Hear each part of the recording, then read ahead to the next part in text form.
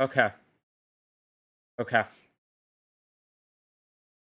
Rangers lose 6-2 to the St. Louis Blues. That rhymed pretty well, didn't it? Rangers lose to the Blues.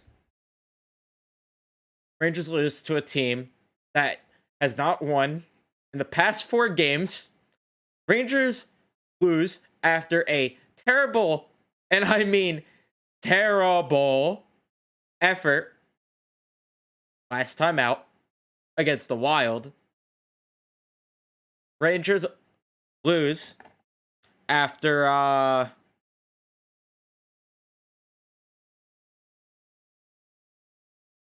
no. Leave a like on this video if you enjoy it. Subscribe if you guys are new, especially if you're a New York Ranger fan. I'm sure you're thrilled just like I am right now. So be sure to subscribe because we recap every single game, thankfully, on this channel. Yes, every single Ranger game. Win or lose, we cover it. Turn the notifications on so you know when I upload, even though every time I upload after every game, thankfully. So yeah, um, where do we start? Where do we start? That's baseball is back. Baseball is back in general.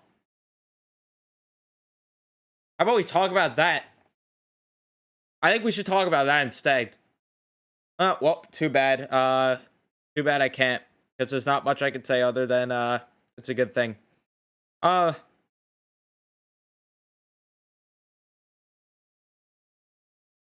so how about we start with the fact that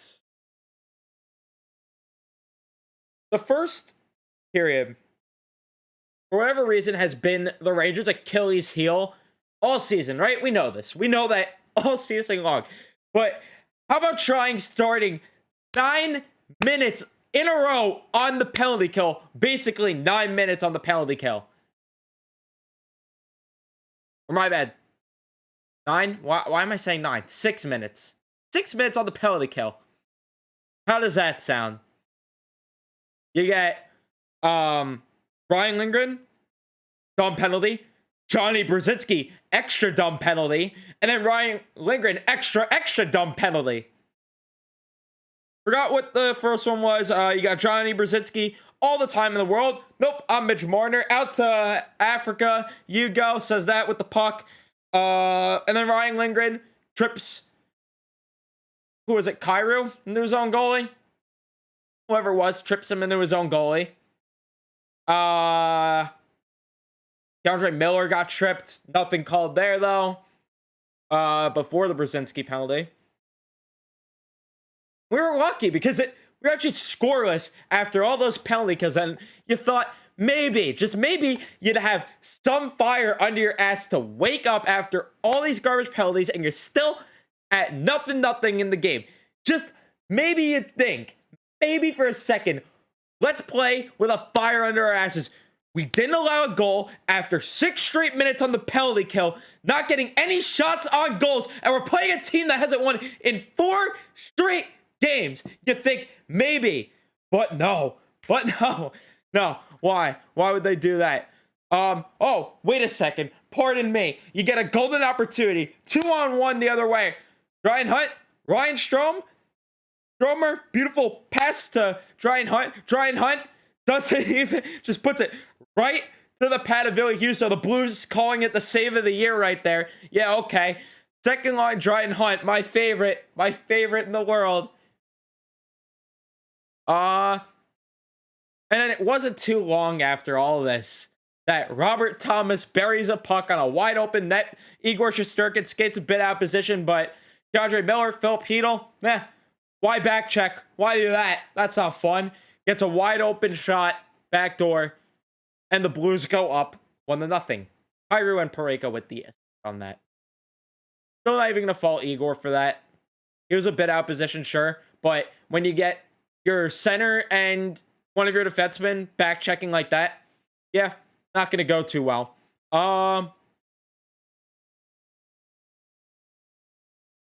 Then, not too long after that, only 50 seconds after that, matter of fact, Barbashev from Sod and Torrey Krug.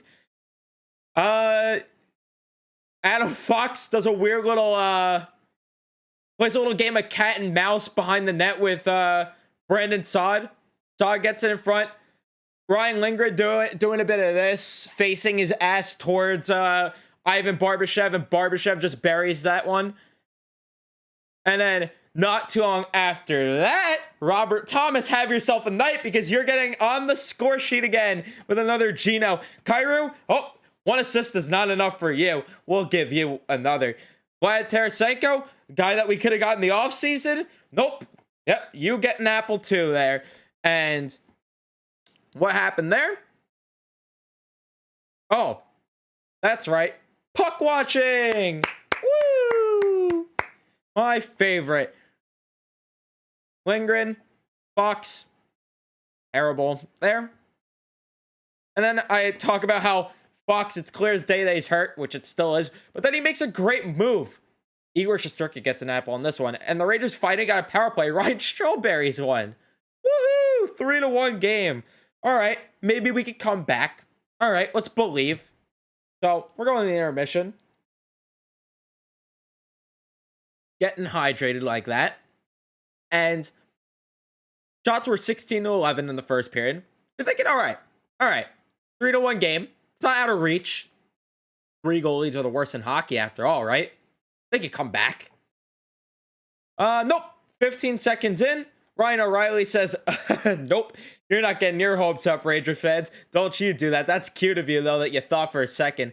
Jed and Perron get the apples on that one. Mika with a just dumb turnover. Igor wasn't ready. Nobody was ready for that on the defense, and Igor was done for the night after that, and I couldn't blame Gallant for taking him out, because why risk him getting hurt? And either way, it wasn't even his fault. The game was out of reach. Might as well put Georgiev in. So, yeah, might as well at that point put Georgiev in. So, yeah. Then and then not too long after that, Brandon Saad, I feel so bad for him, because Buddy had like 3 golden opportunities all by himself in front of the net and just kept on missing. There was another time, I think it was Trouba caught out of position there, right? It was Trouba. Just Brandon Saad, Buddy's wide open, has a golden opportunity and couldn't even bury that. Then you have Dryden Hunt, who decides to drop the mitts tonight. And you know what? I was happy. I tweeted it. I was happy, because the less Dryden Hunt, the better. Because Panarin, that poor man, has to play with 2 guys that miss it. Just wide open nets all game. Wide open nets. You can have 1 guy away from them. All right, we're good. You know what my favorite part is? After all this, my brother is like, yeah, all right, I'm done watching the game. He tapped out. He doesn't make videos like me, of course, so he's lucky him. He could tap out of this one. So he decides to tap out. And then Patrick Nemeth. Oh, you thought that you were getting away with me. Patrick Nemeth, you thought that you were getting away with one. That's what I was trying to say. I'm all over the map right now. God. Wallman scores from Bertuzzo and O'Reilly. But yeah, it goes off Nemeth's gate. Yeah. Or was that the... am I getting that confused with the Perron goal? Because I don't know if you guys heard the audio there. I just wanted to look, because I could have swore... No, I got that confused with the Perron goal. My bad. The Perron goal was the one that was not too long after that goal, though. Where Nemeth just kicks it in. Georgiev just completely tripped on that 5th goal. Either way, I can't blame him, because there was a delayed penalty, and the Blues just completely controlled it. Just God forbid, someone even attempts to get the puck. God forbid. But then, yeah, the Perron goal. Patrick Nemeth, of course, He can't go one game without making one stupid, costly mistake. Perron and from Scandella and Shen. Give the assist to Patrick Nemeth there, or give the goal to him if you want, whatever. But then, hey, at least Keandre Miller got a goal. Guess we could be happy about that, but whatever. It was a good pass by Panarin, and I guess Fox with his 50th assist on the year, so cool. Even though he's still clearly hurt. 14-9 in favor of the Rangers for shots. Third period, couldn't even give you an analysis. I barely paid attention to the game. All I saw was Lafreniere get in Perron's kitchen, I believe it was. And you also had the Blues fans just mocking us singing Country Road. So, yeah, that was a great time. I was very happy about that. Shots on goal for that period were 10-4. You know who that's in favor of. Shots on goal for the whole game, 35-29. You know who it's in favor of. Face-off percentage, 60-40 in favor of, yeah, you know who. Hits, 27-18 in favor of the Rangers. We did something. We did good. Block shots, 13-10 in favor of the Rangers. Oh, there we go. Turnovers. Oh, 5-4. Oh, the Rangers with less turnovers. Woo! Woo! It's not like those turnovers were costly ones or anything.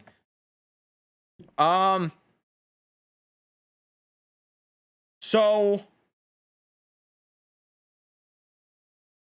each individual line, I guess. Even though most of the first period was spent on the penalty kill. The first line, useless. The second line, even more useless. Third line, lol. The fourth line, laugh my fucking ass off. The defense, Lindgren and Fox, just sure. Miller and Trouba, same old with the odd man rushes. I'm a broken record with that. Sure. Nemeth and Schneider. Yep. Schneider at least got to get some top defensive pair minutes at the end of this game, and he looked pretty good all game, I thought. If tonight wasn't a sign that you need to change the defensive pairs going on, I don't know what is. I don't know how many goals and how many bad defensive plays the Rangers have to make for you to wake up. And does the front office know that you don't have to wait until March 21st to make a move? You know that that's the deadline, right? That's not, the only day you can make trades. You can make trades before then, right? It's just completely inexcusable to me that this team is willingly icing Tim Gettinger, Johnny Brzezinski, Dryden Hunt on the second line nonetheless. Occasionally you get your Greg McKegg, and then you get Patrick Nemeth. You're willingly putting those five on the ice every single night and expecting good from them? Next game, pull Morgan Barron's ass out of the press box and get him on the damn ice. What is the point of having him up in the NHL if he's just going to rot in the press box? What is this? The NFL where the backup quarterback sitting there with the earbud, the towel around his jersey, around his neck, watching Tom Brady throw dots, watching, I don't know why I couldn't think of another quarterback. Patrick Mahomes throw dots. Matt Stafford, whoever. No. That's not how the NHL works. I'm no NHL insider. I'm no coach. I'm no anything. I hardly even played hockey because of health issues.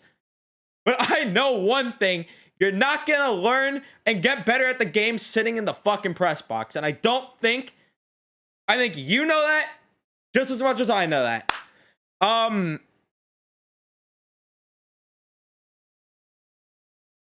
It's just sad, though, that Johnny Brzezinski, Tim Gettinger, and Dryden Hunt are far and away better than Greg McKegg, but it doesn't even say much because those guys are not good either.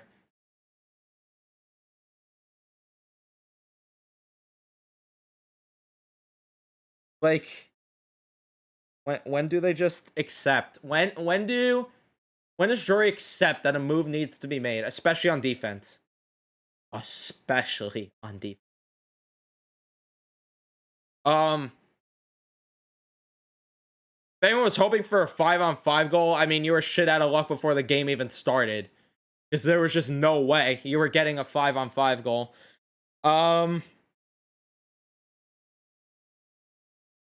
Let's think of some positives, right? Right? Let's try to get some positives out of this because there's always something, right? I'm seriously trying to think. Braden Schneider was solid. Philip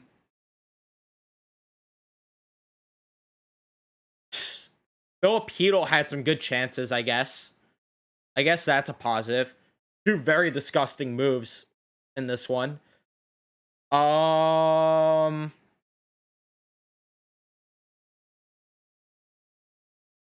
I seriously don't have a lot of positives. I don't have any others. And if you want a better breakdown than this, I'm sorry, but I barely paid attention to the third, and I'm losing my mind, if you couldn't tell. And here's the problem, right? I say this every loss, because there's always the occasional, you're overreacting. There's a difference between when this team loses in close games, and then when they lose, just like when they lose, it's always these spankings. They can't just lose close games. When they lose close games, do I get mad? Oh yeah, don't get me wrong. But I could at least accept some of the losses because they were closer games and they put up a good fight. But there are too many losses this year where they just get the ass just completely fucked. They just get completely fucked. I'm sorry for swearing so much in this video. I said I was going to try to tone down on it. All right. Let's get to Twitter. Right Hand Ranger, David, good friend, says, how do you type with boxing gloves on your hands? Are you asking because you need protection from punching a brick wall with another brick wall behind it with another brick wall behind that one? Or what are you asking for? Is, boxing just like therapy for you? Because hey, if anyone has any coping mechanisms for these losses, I'm all ears for that. I'm all ears for that. Because yeah. Anyway, Tens, what were you thinking when Georgiev came in? Oh, thank you actually for commenting that because I remembered my point. Yeah, my brother left the room and then it was funny because he came back to grab something. He went upstairs to his room, comes back downstairs and to get something. And I'm like, oh, it's 6-1 now, by the way, no longer 4-1. And he just left a couple minutes ago. But yeah, my thoughts when Georgiev came in.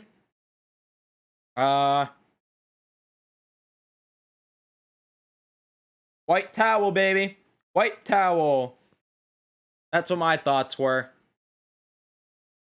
Yeah. It's actually worth grabbing because I'm going to have to blow my nose after this. My God. I've had a bad cold, so I'm sorry if I do sound a bit congested. I've had a cold lately, so yeah, not fun. New York Side 24 says, no comment once again.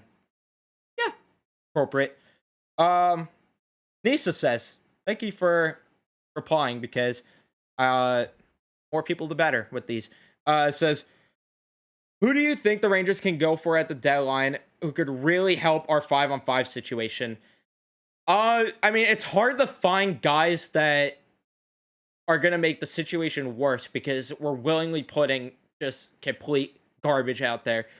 In terms of who they could get, really, I'd have to do a bit of a deeper dive, but based on what I've seen, just looking at numbers, there's a couple guys I like. I really love Artturi Lehkonen. His possession metrics are through the roof, even strength. Andrew Kopp is a name. Paul Stastny. I'm just thinking of like low cost, more realistic guys. Phil Kessel. is another guy who would just be so much better than Dryden Hunt on that line. Just better. Uh, and then another answer is just getting Kako back. Because him being on the second line, it's no secret that it's better than what we have now. But for the trades, those are 3 guys I can name off the top of my head, or 4 guys, sorry, I can name off the top of my head that are realistic options. In terms of others, Hal Yarncroc is a guy. I haven't looked at his possession metrics too much, but the 4 guys I named, all I know is they have their Corsi 4 is above 50% on even strength, which means good things and not bad things with that. So, yeah, hopefully they could do that. And speaking of the trade deadline, be sure to tune into the channel for that. I'm going to live stream the trade deadline. But that is going to be it for this one. Thank you guys so much for watching. If you did enjoy, leave a like on the video. Subscribe if you guys are new. Of course, recap every single Ranger game here. Yeah. I think that's it. See you guys in the next one.